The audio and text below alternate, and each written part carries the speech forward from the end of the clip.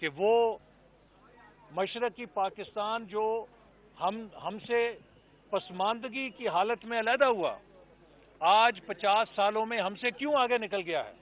اس لیے کہ وہاں پہ ووٹ کی طاقت کو تسلیم کر لیا گیا ہے۔ بھارت جو ہم سے پیچھے تھا کیوں ہم سے آگے نکل گیا؟ کہ وہاں پر بھی ووٹ کی طاقت کو تسلیم کر لیا گیا ہے۔ اب افغانستان کی کرنسی بھی مضبوط ہو گئی چونکہ وہاں بھی ووٹ کی طاقت کو تسلیم کر لیا گیا ہے، اور ہم اس لیے دھکے کھا رہے ہیں کہ یہاں پر آج بھی بیلٹ پر بلٹ بھاری ہے۔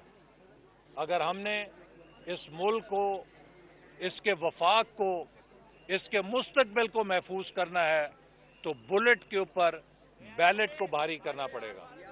اور انشاءاللہ میں آج اقبال کے اس مزار سے مسلم لیگ نون کی طرف سے اور اس کی قیادت کی طرف سے اس عہد کو دہراتا ہوں کہ اے اقبال، اے قائد اعظم، ہم اس پاکستان کو آپ کے خوابوں کی تعبیر بنائیں گے اور اس کے لیے بڑی سے بڑی قربانی دیں گے، اور اپنے نوجوانوں کو جو آج ہماری طرف نظر لگا کے کھڑے ہیں، انہیں ایک ایسا پاکستان دے کر جائیں گے جہاں پر ان کے ووٹ کی عزت ہو اور ان کے ووٹ پہ کوئی ڈاکہ نہ ڈال سکے۔ اچھا حسن صاحب، یہ بتائیے گا کہ گزشتہ روز بلاول بھٹو لاہور آئے اور انہوں نے کہا کہ ہم سلیکٹڈ نہیں ہیں، لاہور کے ایک سیاسی خاندان ہے جو ہمیشہ سلیکٹ ہوتا ہے، تو کیا ان کا اشارہ جو ہے وہ شریف فیملی کی طرف ہے؟ دوسرا یہ بتا دیں، وہ یہ کہتے ہیں کہ لانگ مارچ کے دوران پی ڈی ایم کی کسی میٹنگ میں یہ فیصلہ نہیں ہوا تھا کہ استعفے دیے جائیں گے، ہم تو اپنی تیاری مکمل کر کے بیٹھے ہوئے تھے، باقی سیاسی جماعتیں اسلام آباد کی طرف گئی لانگ مارچ کے لیے۔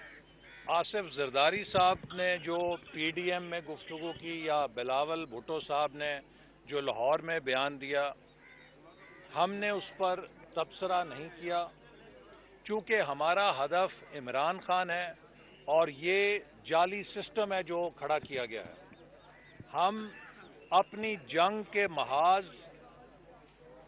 اسی پر لڑنا چاہتے ہیں جو ہم نے سامنے رکھا ہے۔ ہم ذاتیات پہ اور کسی ایسی بیان بازی سے پرہیز کریں گے جس سے اپوزیشن کی آپس کی لڑائی شروع ہو اور حکومت کو بیل آؤٹ ملے۔ لہذا ہمارا ہدف واضح ہے، اس حکومت کی کارکردگی، اس حکومت کی نالائکی، اس نظام کی تبدیلی، اس ملک کو آئین کے اوپر چلانا، اس ملک کو قانون کی حکمرانی پہ چلانا، اس ملک کے عوام کے مسائل کی بات کرنا ہمارا وہ ہدف ہے۔ ہم زرداری صاحب اور بلاول بھٹو صاحب کے بیانات کا جواب نہیں دیں گے۔ قوم سب کو دیکھ رہی ہے۔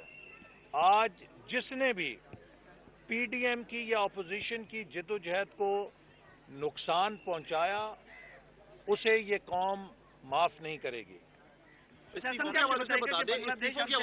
نکل گیا کہ حسینہ واجد کے سرے محل نہیں ہے، خالدہ ضیاء کا پارک لین میں فلیٹس نہیں ہے، محل نہیں ہے، تو یقیناً یہ بھی تو ایک عنصر ہے نا کہ کرپشن۔ دیکھیے، اگر آپ ٹرانسپیرنسی انٹرنیشنل کی رپورٹ نکالیں تو اس میں بنگلہ دیش کرپشن کے اندر پاکستان سے بہت آگے ہے۔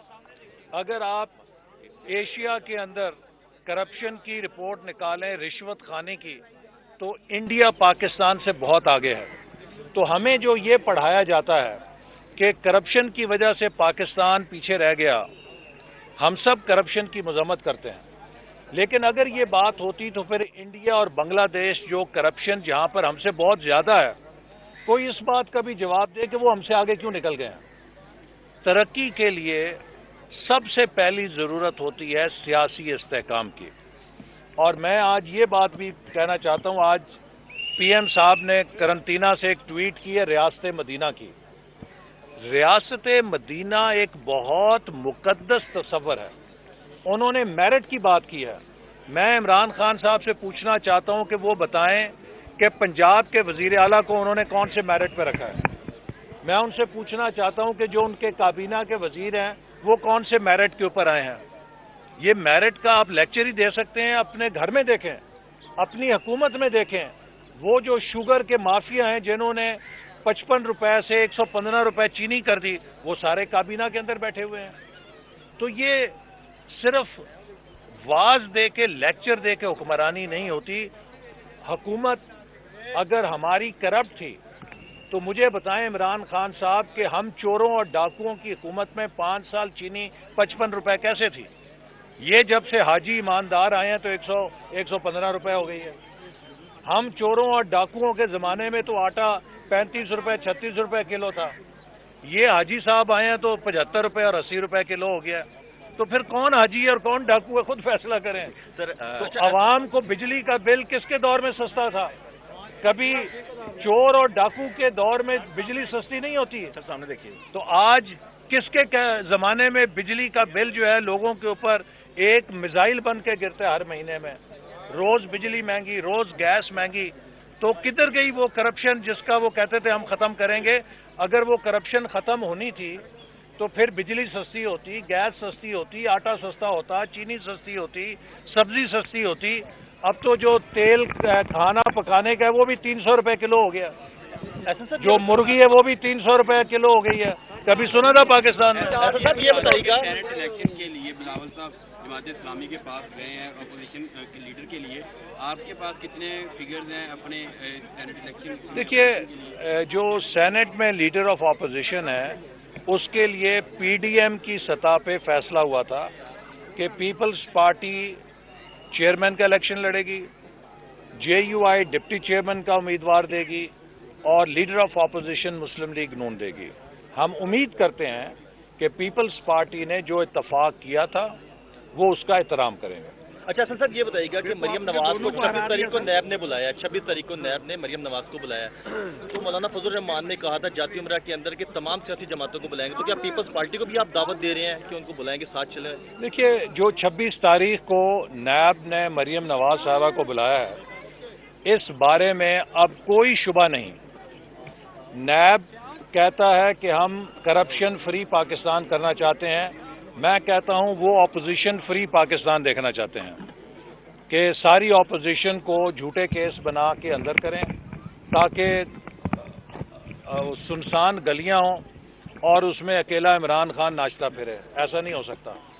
ہم نے نیب کے جھوٹے کیسوں کا مقابلہ کیا ہے اور ثابت کیا ہے کہ یہ کیس سارے انتقام پہ مبنی ہے. میں پھر علامہ اقبال کے مزار پہ کھڑا ہو کے کہتا ہوں مسلم لیگ نون نے تاریخ کا سب سے بڑا ترقیاتی بجٹ 5 سالوں میں استعمال کیا ہے 3200 ارب روپیہ، جس سے 2000 کلومیٹر موٹر وے بنی ہے.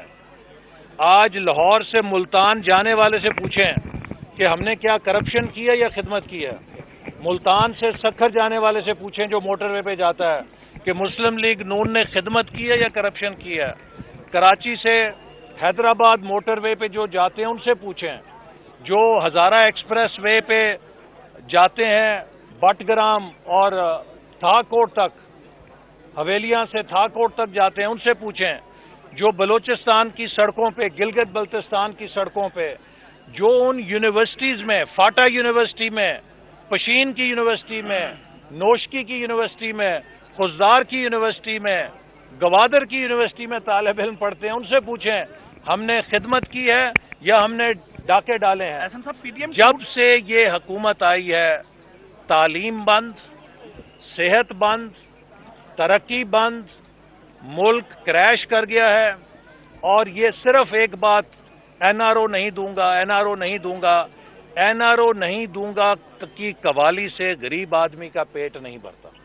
ایسا صاحب پیپلز پارٹی کو دعوت دینے نہیں دے رہے، اس کا تو آپ نے جواب بھی جی پی ڈی ایم کے سربراہ نے جب تمام جماعتوں کو کہا ہے تو ہم امید کرتے ہیں کہ پیپلز پارٹی بھی یکجہتی کے لیے ضرور شرکت کرے گی. ٹوٹ گئی ہے یا کوئی ہوپ ابھی بھی باقی ہے؟ کیونکہ بیانات دیکھیے پی ڈی ایم میں جیسے مولانا فضل الرحمان نے کہا کہ وہ ایک اتحاد ہے اور 9 جماعتیں یک زبان یہ درخواست کر رہی تھیں کہ آئیے ہم سب مل کر لانگ مارچ کریں اور اسمبلیوں سے استعفیٰ دیں.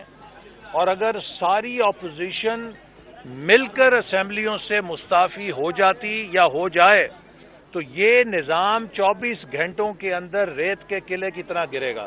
لیکن اگر اپوزیشن میں سے کوئی ایک بڑی جماعت استعفے نہ دے تو پھر باقی استعفیٰ دیں گے تو یہ ضرب کاری نہیں ہوگی. سر 9 جماعتیں ویلی ہیں، پیپلز پارٹی کے پاس سندھ گورنمنٹ ہے، وہ کیسے قربان کر رہے ہیں اور استعفوں کے بعد کا کیا؟ دیکھیے ہم نے تو اس کو مرحلہ وار بھی تجویز کیا تھا کہ پہلے مرحلے میں ہم قومی اسمبلی سے مل کر استعفیٰ دیں اور وہ قومی اسمبلی جسے اس حکومت نے